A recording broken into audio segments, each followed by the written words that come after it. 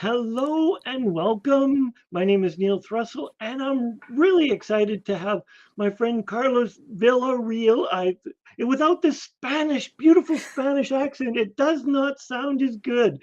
Um, yeah, it's like he spent a great deal of his formative years as an adult managing retail stores. He became a district manager, and he loves working with people.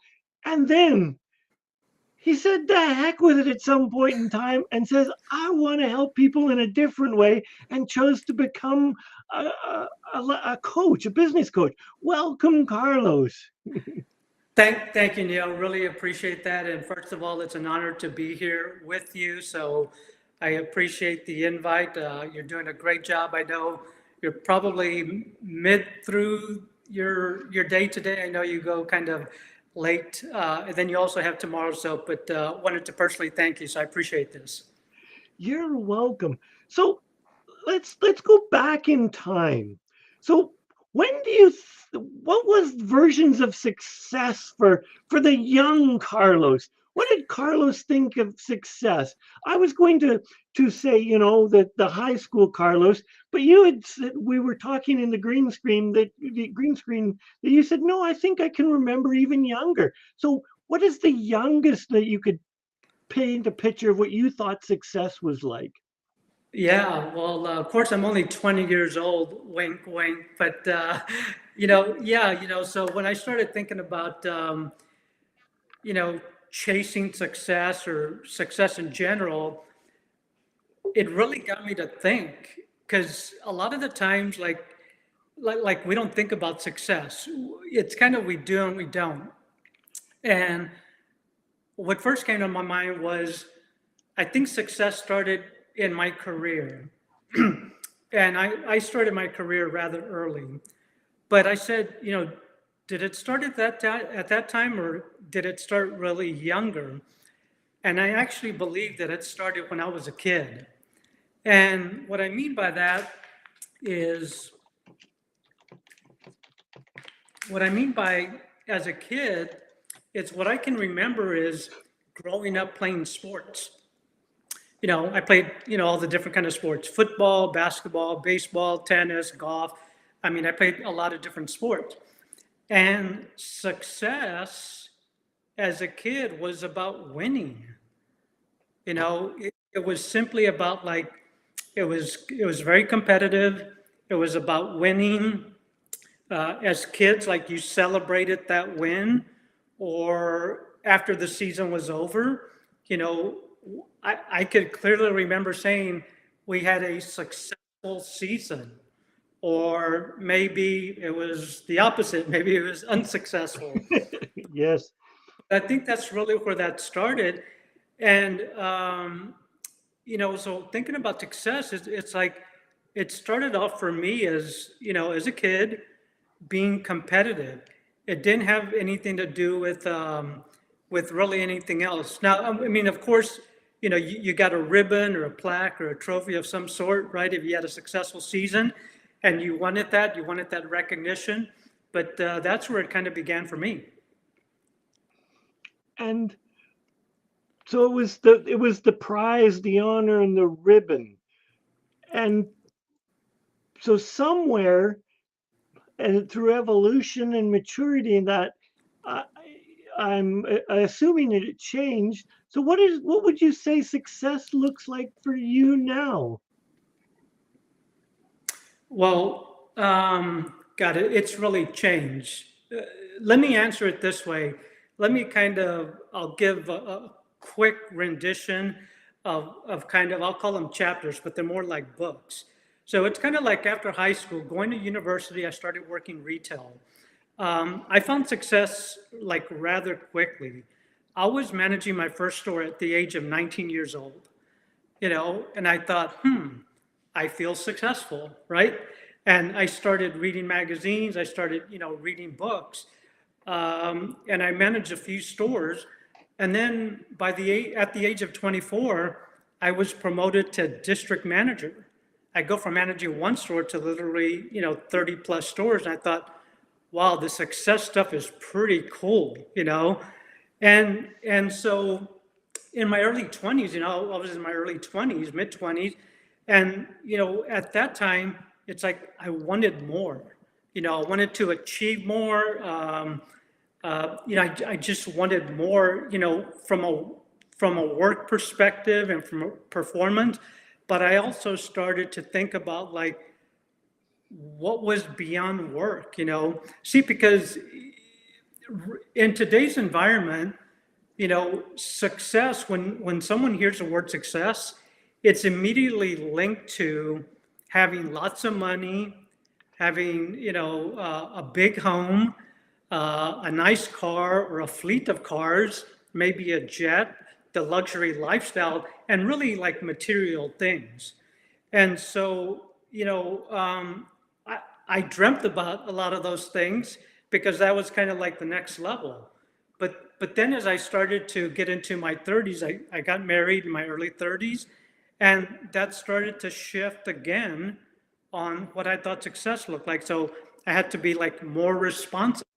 So I started thinking about like, what do I want? Not only do I want a great career, but I need to think about creating wealth and being financially independent, um, as well as having a great relationship. And so, fast forward to my late 40s, to where I had worked for two companies, one for 18 years and the second one for 16 years. And I was diagnosed with a health condition having to do with my liver. And that really shifted a lot, because it just shifted my mindset of what I thought success was in the past and what it needed to be, going forward. So I'll kind of pause right there. Wonderful. So,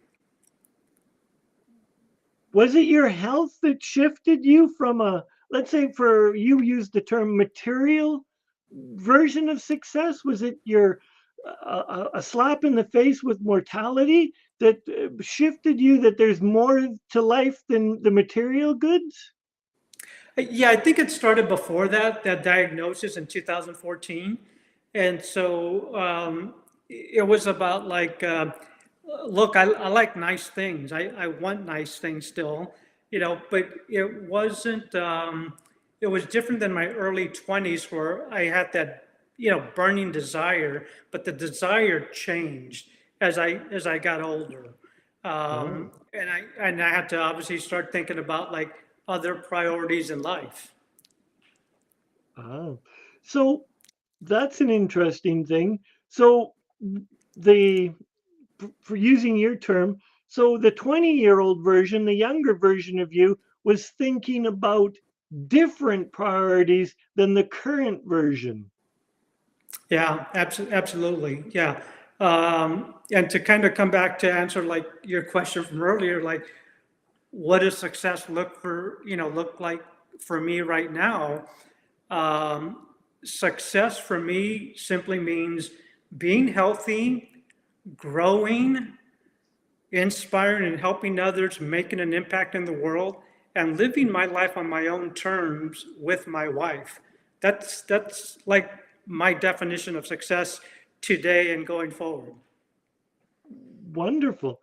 And so, this definition of success and going forward, is it just an inner knowing or is it something that is pulling you forward? Is it just like, is it a hunger or is it just, it is? How does this sit with you as your part of your going forward? Yeah, it's a pull forward because along with this diagnosis in 2014, so 8 years ago, I mean, if someone knew me 8 years ago and they know me today, they would say like, "Wow, he's totally changed," and hopefully for the better, you know. But I have like really grown as a person, really grown as a person to think about life differently, see the world differently from different perspectives, but just kind of having a better understanding and look, hopefully still have many, many more years to come and to have here on earth.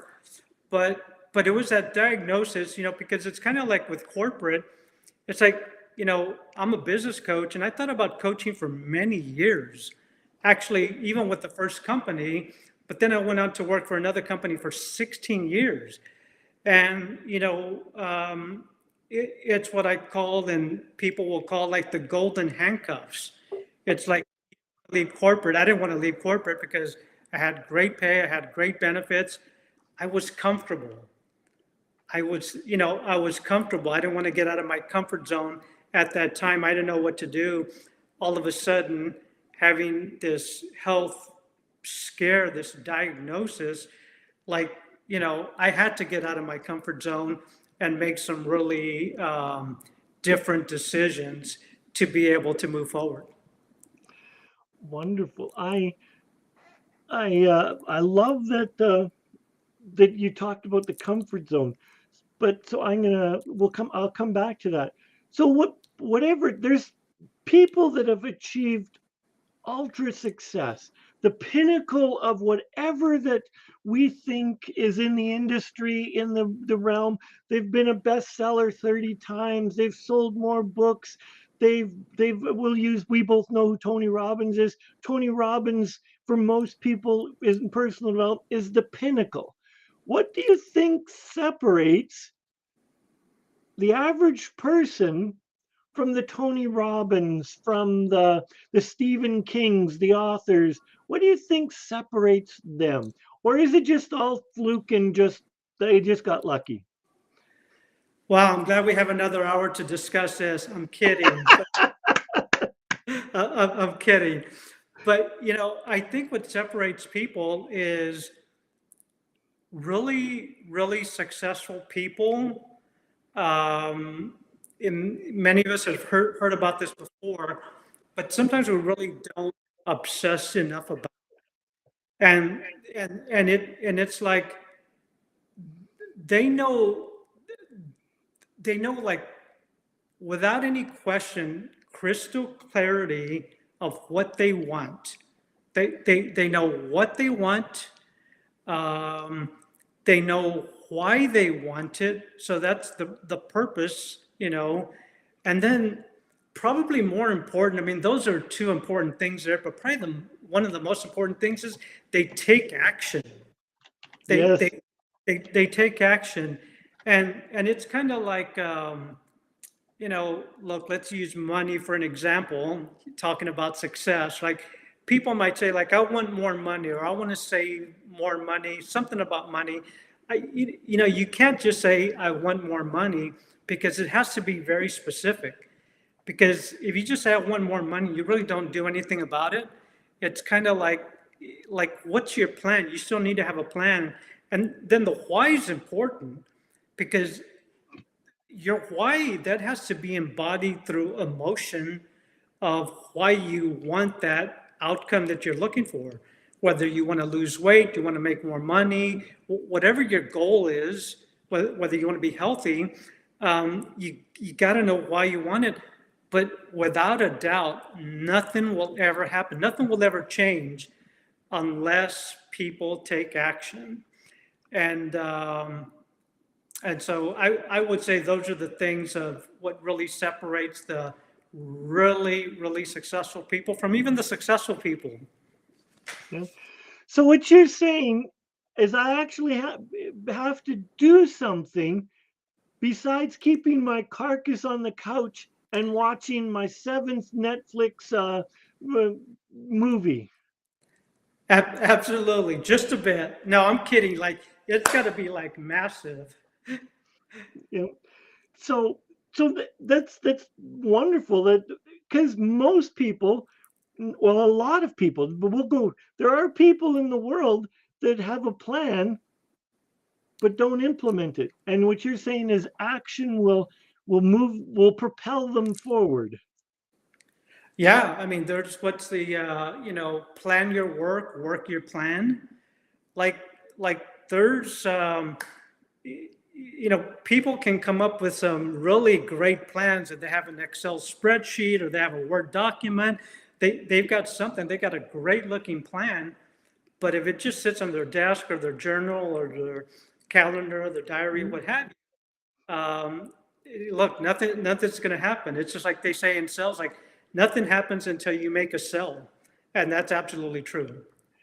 You know, it's like with personal growth books, there's the term called shelf help because they just sit on most people's shelf without them actually taking action.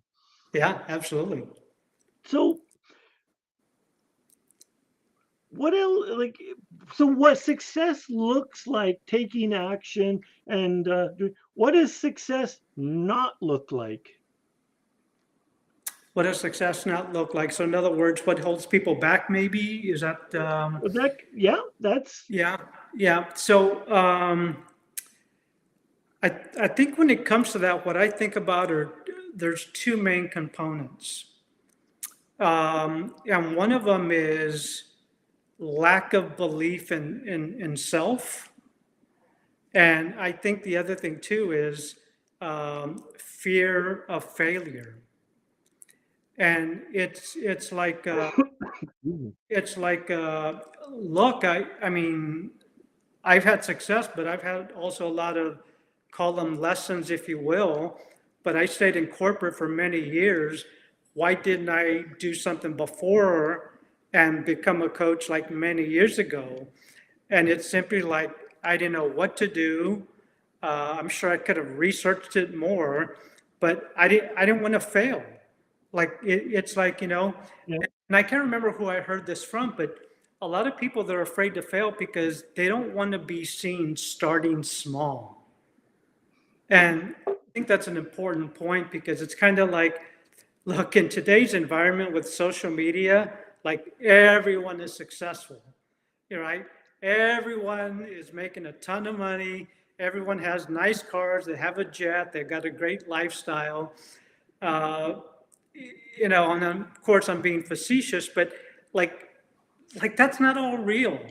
Like there's some real people out there, and on the flip side of that, they're being real, but fear of failure also comes from they're comparing themselves to other people. It's kind of like how do they take that first step when they see all their other friends or people that they think they know that are really really successful and earning $1 million a year, that yeah, and so it becomes fear of failure. And the other thing too is like which really is kind of works both ways. It's either the people that are, someone like a Tony Robbins. I mean, you talk about unlimited belief. I mean, someone's belief system, it's got to be so strong. You got to believe in yourself. If you don't believe in yourself, how do you expect other people to believe in you? And that absolutely. itself makes a huge difference. So if we're crazily, I don't know how 20 minutes has gone by so fast. So if you were to leave some words of wisdom, what would you like to leave our listeners and our viewers with? I would say live with intention. Live life on purpose. We can all we're um, we can all always come up with different reasons of why we're not doing certain things, why we're not successful. But have your own definition of success, whatever that looks like. Um, be happy, but more importantly, live with intention, live with purpose, because that's all that really matters at the end of the day. Thank you, Carlos, for taking time out of your busy day to spend some time with our viewers and our listeners. Thank you, and I honor you for being part of this broadcast. Thank you, Neil. I really appreciate you having me here. Enjoy the rest of your day and tomorrow as well. Thank you. Thank you.